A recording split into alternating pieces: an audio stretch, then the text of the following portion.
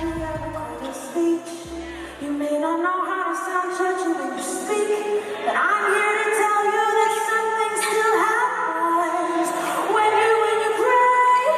My Bible says, "Oh, the effectual fervent prayers, the effectual fervent prayers of the righteous availing much." So, how are you doing? I'm doing good. Thank you for having me. All right. So, first, I had a Lafayette woman. Now I have another. That's right. Another Louisiana. Louisiana. But so here's the deal. Is it okay? Because the name is always interesting. Yes. Now, some people say Shreveport, Okay. and some say Shreveport. Shreveport. So I say Shreveport because I was actually raised up until I was 14, 15 in Yakima, Washington. Oh, ooh, So Lord, that was a culture shift. It was, yes. Lord, Washington State. Shock. Yes. Yeah, culture shock. Yeah, Washington State to Shreveport, Louisiana. How did that happen? What happened? It was really just a God thing, and my dad connected with a pastor in Shreveport, and then was a staff pastor there, and so our whole family, mom, all 5 of us kids, moved down there and became a part of this high school and their culture and their church, and it was, yeah, we jumped all the way in, all the way in. Yeah. Yeah, that's a whole different experience. Yep. From Washington State. It is. I mean, even like the sports that are important in those 2 different regions. We went from basketball to a football family. Oh, yeah. You know what I mean? Texas, Louisiana is football. It's football, yeah. So Other sports, that's just training for football. Yeah. That's how I look at it. You Right. basketball. No, that's just go get your conditioning in. Absolutely, yeah. It's over. That's how I think about it. Yes, so yeah, it was a massive culture shift. So for you now, what's interesting is that you're solo now, but it's not how it started for you. No. So where did the gospel begin? Where did that start in terms of the group? How did that even start? Yeah, I mean, Dad's a pastor. His family was musical growing up. We were musical. My father wrote the song, I don't know if you heard it, but it's called Use Me. And that song did really well. And so him and my mom would travel everywhere, all around the world singing and ministering. But one day he was like, I feel like I'm supposed to travel with my family now. So we started playing. We were already playing and he would wake us up for prayer every morning and we would get on our instruments and play. So we were already doing that. But he was like, I want to do this. So he had a free band. He had a free band. He paid in food and had a warm place to sleep. There you go. Yeah. There you go. Yeah, so that's how we did it, and Now, what instrument did you play? I play keys and guitar. Okay. Yeah, and the microphone. I play the microphone too. Yeah. So, yeah, everybody played. I mean, even my sister, when she got married, her husband was a part of the group because he played. So, it was a family affair. Yeah, like a mini Winans. Like Yes. you come into the family, you gonna play a scene. I want to say thank you for that because I would rather them say that than, is your dad Joe Jackson? Are you guys like the You know what I'm saying? I like that comparison. Yeah. Well, again, because it's interesting. Look, you married to that family. Come on, get to work, get to work. Grab this phone, take this picture. The family business is Get the singing. social media video. Yeah. So That's what it is. So y'all begin the tour as a family, and then when did it become y'all a group? Immediately it was like that. And actually it really was like even moving to Shreveport was a series of divine appointments because the pastor introduced us to this guy who needed the ministry of a family, and we benefited from our connection with him because he became our manager, and it was just this beautiful exchange. When you say he needs the ministry of a family, what does that mean? He had just gone through some tough things in life, and just seeing a family operate was ministry to him, and it just was beautiful to him. And he, so he was like, people have to see you guys doing your thing on. Well, most people, what was interesting about that is that most people don't realize that real pastors don't count members. Yeah. They count families because individuals are transient. They come and go. But typically when a family joins a church, they're there. They're investing. And typically we multiple generations. So they grow up there. They get married there. They have kids there. And so a lot of preachers focus on, I have X number of families. Yeah. I mean, church. Multi generations is like a sign of a healthy church too. You know, everybody's represented there and everybody gets along. That's a big deal. So we had that there at that church. And so Jeffrey Benwer became our manager. He introduced us to Tommy Sims, who produced our first record. And then we pitched that record to EMI Gospel at the time, which is now Motown Gospel. And we got signed and it did very well. And then you decided, you know what? I want to do my own thing. And then we did another album that didn't do so well. And then we got dropped and we kept singing. And then I was youth pastoring and just doing whatever. And then I decided I'm ready. How was that? What was that process? Because obviously, when you are, again, you mentioned earlier, you know, Joe Jackson.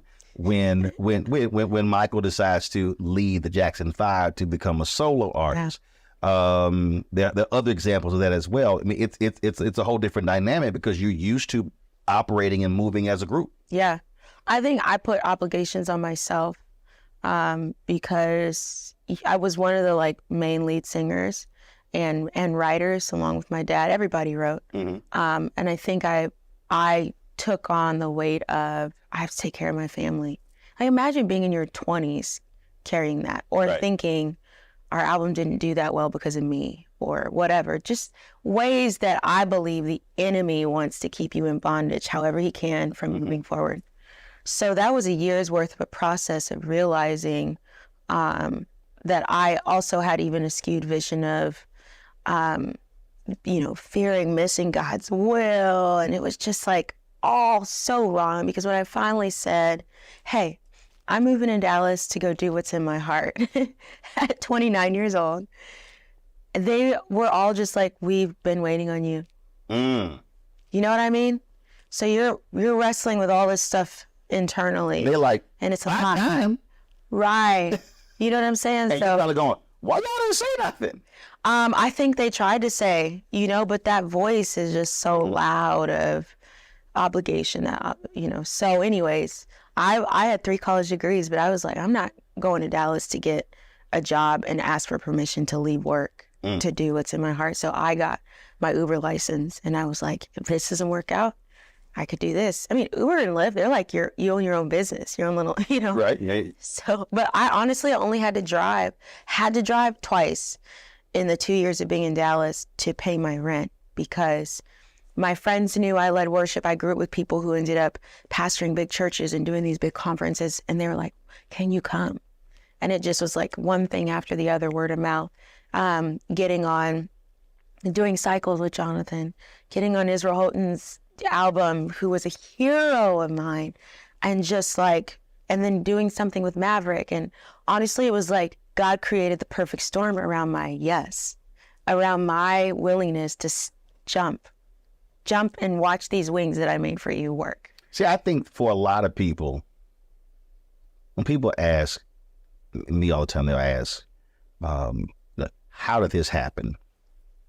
And what most people don't realize is that if you ask any successful, especially an entrepreneur, somebody who actually did their own thing, they had to have absolute faith, not only in God, but in themselves. Yeah. And that's the thing. There are some people who have faith in God, but they actually don't have faith in themselves to actually pull the trigger. Yep. And you said absolute faith. And to me, that speaks volumes, because that means there's nothing happening around me that is tangibly saying, this is going to happen for you. No. But absolute faith in myself and God. And that's what that season was. And it was so scary. But I had a friend say to me, if you don't do what's in your heart, I feel like you're going to be the man in the Bible with one talent, because you had a skewed vision of how God sees you and how the Father operates with his children. There's also patience. I think, a lot of people talk about that verse. Yeah. But then I have to take people to Habakkuk. Okay. Where it says, write the vision down, make it plain, then wait. Yeah. And that's the other thing. Yes. So I remember God laid out, you're going to be doing all of these things in media, July 2000. I'm like, all right, let's go. He's like, no. I'm like, hold on, what you mean? I'm ready to roll. No, I have to move some people into position who right now are not in position. Yeah. And as I look back on that, some of those people, it took a decade for them to be put in position. Yes. And that's, I think, also hard for people. Yes. The waiting part. Yes. Because sometimes it comes fast, but then sometimes it doesn't. Yeah. So here's why the yes period is so scary is because you have been obedient and saying no for 10 years. And then all of a sudden, you don't hear God saying, don't take this opportunity, not yet. And that was so scary for me. I had an anxiety attack the night that I decided I was going to sign with the label I'm with. Really? Because I was so used to being in this holding pattern. And the waiting is good because you're also you're getting rid of any ambition in you to kick doors down and I'm going to make it happen on my own, on my terms. You know what I'm saying? Yep. So it's good for you. But when the yes season comes, it is scary because you're so used to, God told me to wait. And then you don't feel that anymore. You feel this freedom to go and you feel the command to go, but you're like, I've been saying no. Well, what's crazy for me was having this tremendous skill set and knowing I have financial needs, applying for positions that I could do in my sleep and none of them happening. And it's like, like literally I could do that in my sleep. Doors closed. I remember I had one radio station and this was, and they were like, why are you applying for this job? I mean, you've done all these things, but it was actually a style of radio that I had never done. And they couldn't just fathom the idea that I actually wanted to learn how to do that style.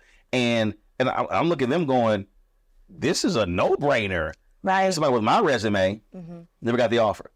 Yeah. And then you're sitting there kind of like, say, bro, can you let me know what's up? Because light bill got to get paid. Yeah. And that's the thing, you know, everybody's like, oh, the industry's changed, the industry's changed. I'm telling you that it will always be about who you know. And the who that I'm talking about is the one that closes doors that should obviously be open for you because it's not his time, it's not his season. And now look, you know, it's like we're here because the timing was right. Yep, absolutely. Yeah. I've asked other artists this question. Where do you see your place in gospel music?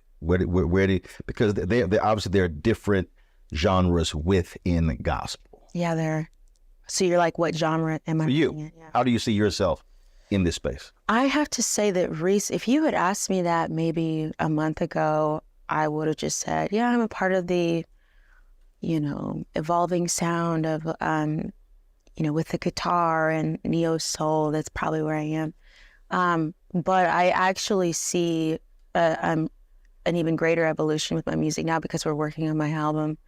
And I kind of feel like, yes, the neo soul thing will always be a part and the worship thing will always be a part of who I am.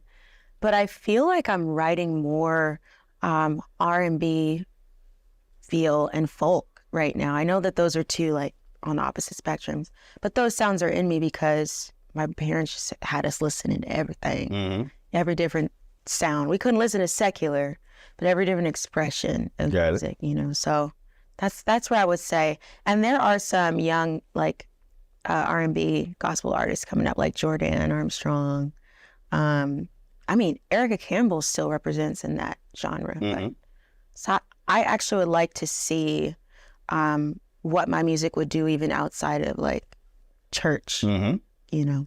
So what I think was interesting about the lineup of this McDonald's tour is that you have just these different, it's just so many different types of sounds that for those who are going to be attending in these cities, they're getting a broad view as opposed to, you know, sort of 6 artists who are sort of in the same vein. Yeah, they had a buffet. You know what I'm saying? You know when you know the I don't know what I was saying, but you know the buffets at the casino, how they got Italy over here, Right. you know what I'm saying? Mexican food over here.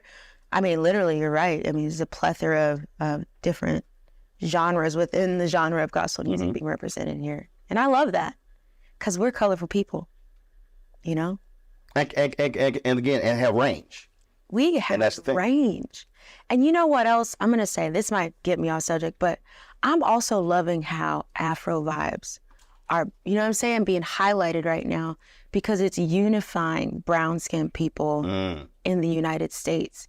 And also, I mean, you can hear it in reggaeton or like in the Spanish culture, but that's also our influence in there.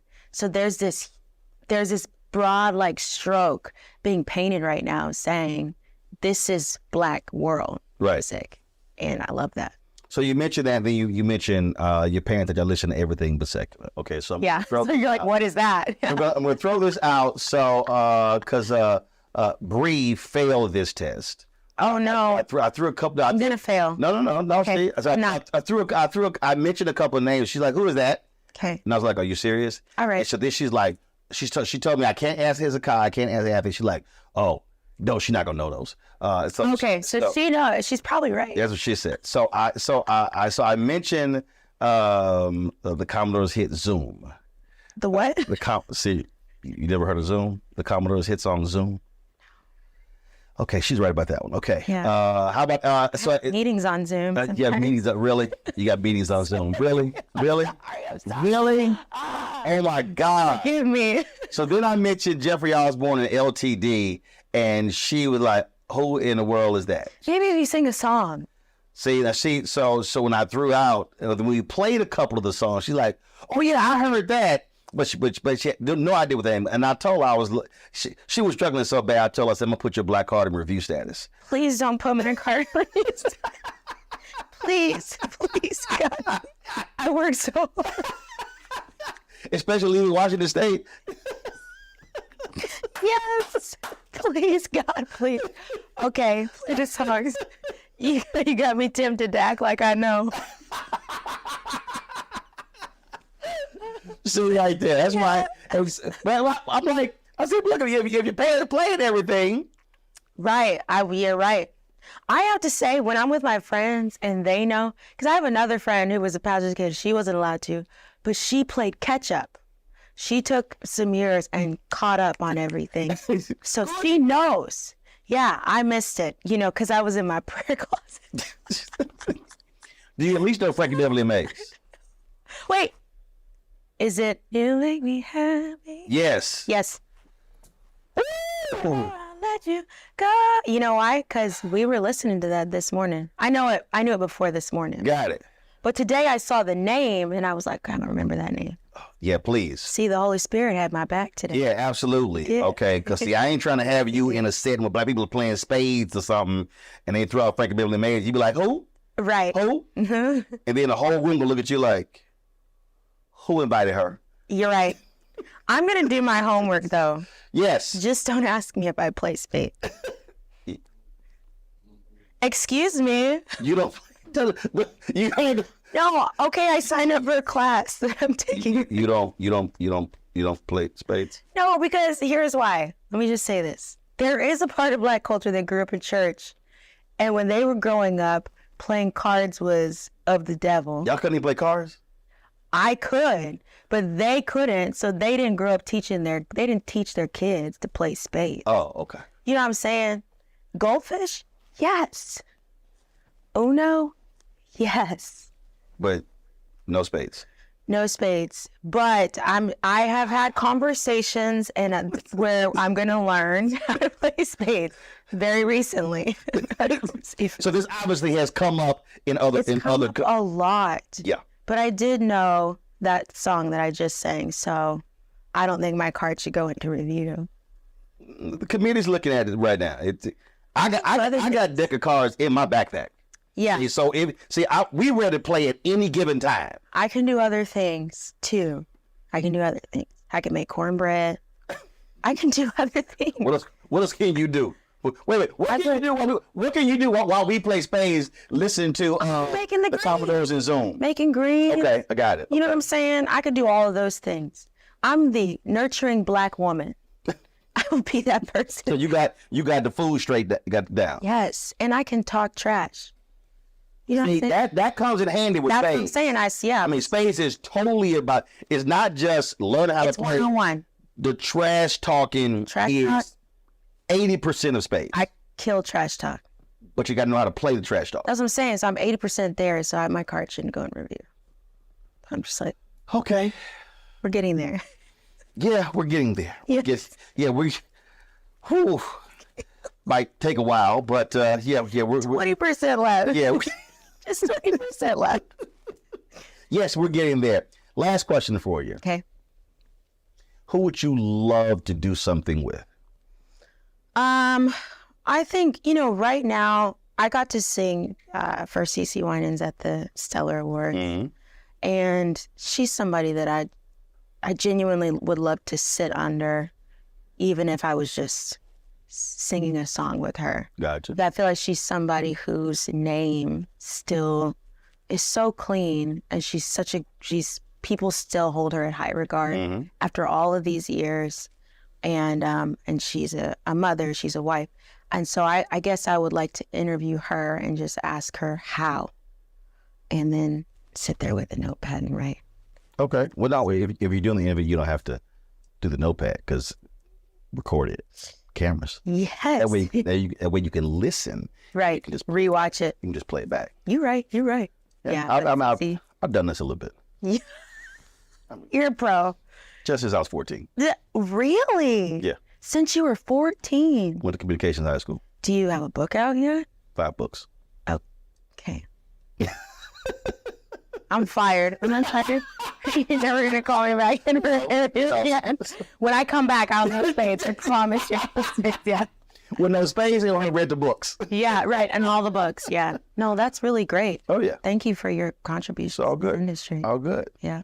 Good chatting with you. Same. Look forward to seeing you on tour and playing spades backstage. Oh, yes. And beating you.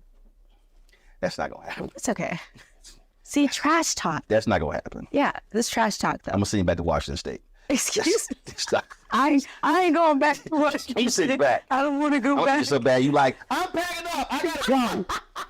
It doesn't matter too much. Right. That's it. I'll go back to Shreveport.